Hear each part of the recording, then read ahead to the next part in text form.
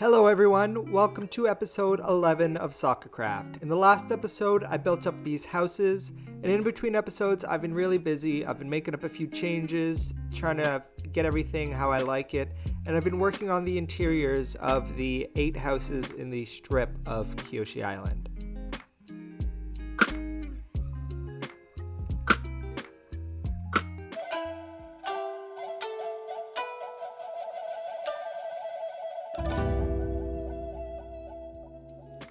So we'll start off, I'll give you guys a quick tour of the changes that I made. In here we have the loom room still for a shepherd. I just made a few changes, added a few decoration blocks. Over here I made a house for a blacksmith. I want to still add swords hanging on the tripwire hooks. Just, trying to keep everything small and basic for these houses. We have a librarian set up here. In here we have the armorer's house. This next room here is the change room for the Kyoshi warriors. I tried to create as close of a color to their armor as possible, and these are actually elevators to help me access the inside of the mountains. Down here I just have a few farms that I've been using to get myself ready in between episodes. Next, over here we have a brewery. Over here we have the Kyoshi Hangout. And we have a wandering trader. And the last house is going to be the house that I use for my main super smelter. I'm going to have 2 barrels, one to just drop off all of the unsmelted goods, and this is where I'm going to pick up all of the smelted goods. On the big house on the end, I just changed up the foundation and added stone around the door and up top behind me. Now, let me know what you think about the changes that I made. Let me know what you think about the interiors. I like everything so far. This house, the interior is still incomplete. I'm just using it for storage right now. Everything's kind of a mess in here.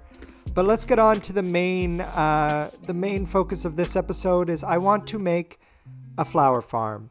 Not just one flower farm, like 4 flower farms.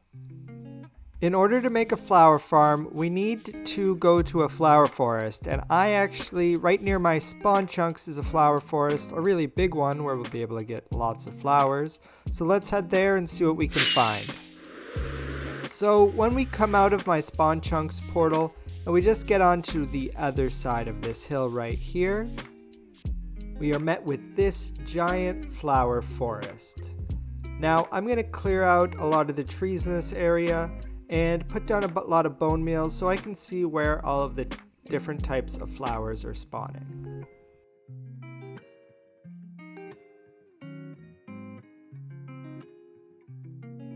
So now that we've cleared out all the trees in this area, it's really easy to see which flowers grow in which places, but we can also run around placing down bone meal and seeing which flowers come up in which areas. When you're not in a flower forest and you're in a regular plains biome, when you bone meal the ground, you're never guaranteed which flowers are going to show up there.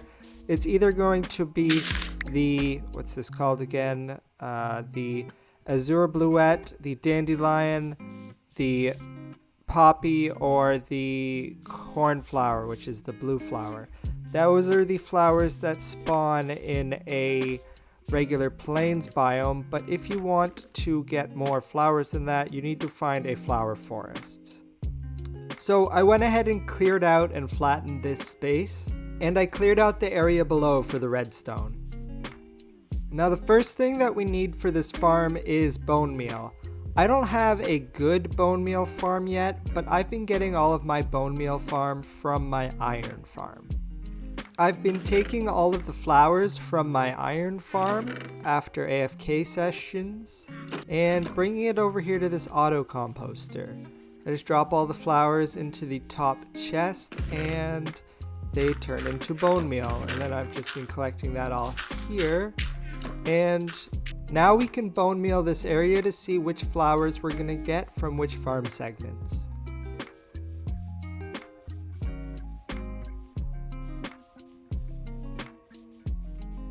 So after bone mealing the grass, we can see that we get a good selection of flowers in this area. We get cornflowers, we get lily of the valley, we get pink tulips, white tulips, orange tulips, red tulips, azure bluette, whatever this is called, the allium. We get all sorts of flowers just in this area alone. So I think this is the perfect spot to make the first flower farm. So how the redstone mechanics of a flower farm work is you want to have a dispenser below the grass with bone meal in it, and then whenever the dispenser is activated, it will grow flowers onto it eventually. It's a flower farm, so yeah, there's flowers. Okay, and then next you will give a redstone output to a piston, which will push that block, and then the flower will pop off, and then you will collect it. We're going to be using flowing water to collect all of the flowers, but we're going to be doing everything on a much larger scale. So here's a quick time lapse of me setting up a few of these flower farms, then I'll bring you back for a quick demonstration.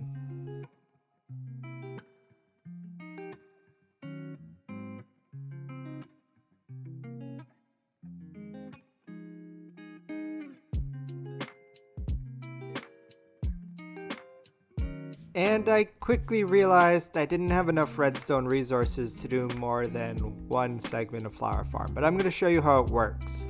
So down here we have a hopper clock, and once we put an item into these hoppers, the item will go back and forth between these two hoppers, which will push the redstone block back and forth, and that will activate these two lines separately. And the lines come up here and they power the target blocks, which power the pistons, which will push the ground this way, and then it will push the ground back and forth. And then we have the dispenser, and every time that these go off, it will make this circuit go off, and it will make the dispenser go off. Now let's give it a quick test.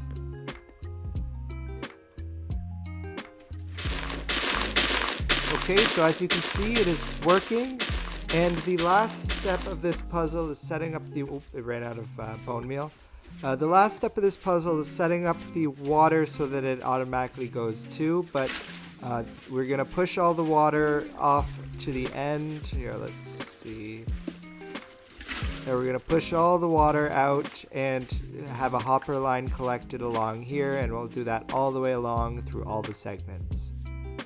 I'm just going to go and gather up all the resources that I need to finish the rest of the segments of these flower farms, and then I'll bring you guys back in when I start creating the collection system.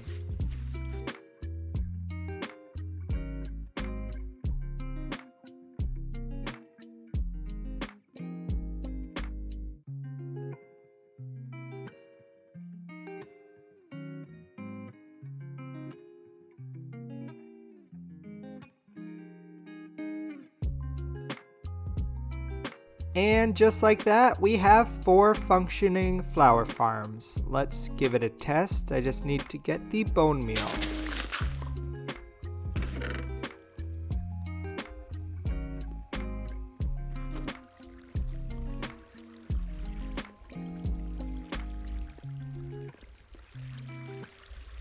So I created this control panel over here so I can control which flower farm goes on at which point. I'm going to put them all on.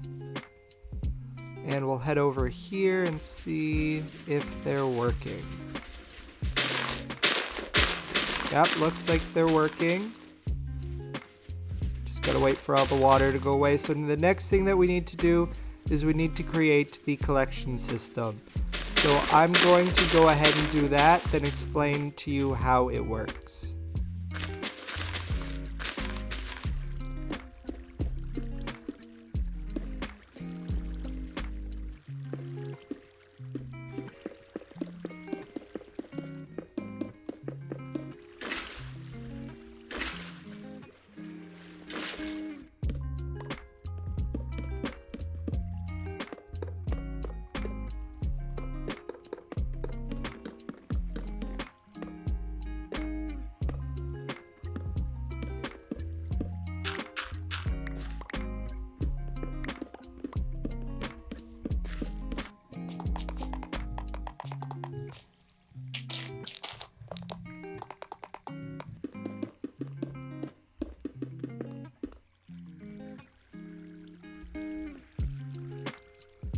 Alright, so we finished up the 4 farms and I finished the collection system if we come down here. How it works is all of the items are going to be pushed into this water stream, which will then push it down into this water stream. And everything gets shot along this way. It goes around the corner, it goes up this bubble column, then it comes around, and it comes over all of these hoppers with the item filter system attached. This is the most basic item filter system. I'll leave a tutorial for how to do this in the comments below. But yeah, then this is where all of the flowers are going to end up, into these chests here. So let's give this thing a test, shall we? 1, 2, 3, and 4, and all the farms should be on now. Yep, and it's about to get really loud around here, so let's get away from there. Ooh, my frames are going a bit too. I need to get a better computer. Let's see, and yes, everything is flowing down into the main water stream and then coming over. Everything that doesn't belong into these hoppers comes along and ends up into the compost, and that's going to make us more bone meal to add back into the system.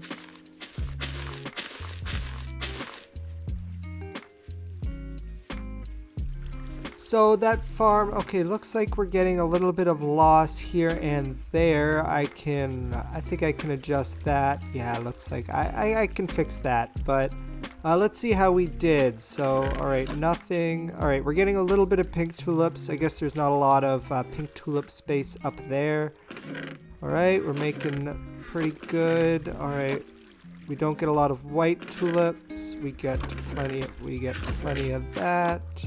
Don't get a lot of alliums, and we don't get a lot of lily of the valleys. We do get a lot of oxide daisies, and these last 2 chests are just for expansion for if any of these chests produce too much. So I might make this other chest here also a cornflower chest. Okay, all right, so we're farming flowers. That's the farm pretty much complete. I still want to make more flower farms because there are other flowers that I want to farm, such as the flowers that you can get in the swamp biome. And this is actually a swamp biome that is directly next to that flower forest right over there. So I can create another flower farm right over here to farm up. Where are these flowers? Ah, here they are. The blue orchids. We're going to make another flower farm over here, a much smaller one, because I don't need... This flower farm is going to only produce this type of flowers, so we'll just need a smaller output. And yeah, I'm going to do that later, maybe in between episodes. We're going to make up this flower farm, and then we should have access to almost every type of flower in the game at that point. But for now, I'm going to come over here and use up all the bone meal I have so that I can collect as many flowers as possible. And bring that over to Kyoshi Island. And I want to do some terraforming, do some paths, make everything look a lot prettier and more like a village and less like just a bunch of houses plopped down in the middle of some grass.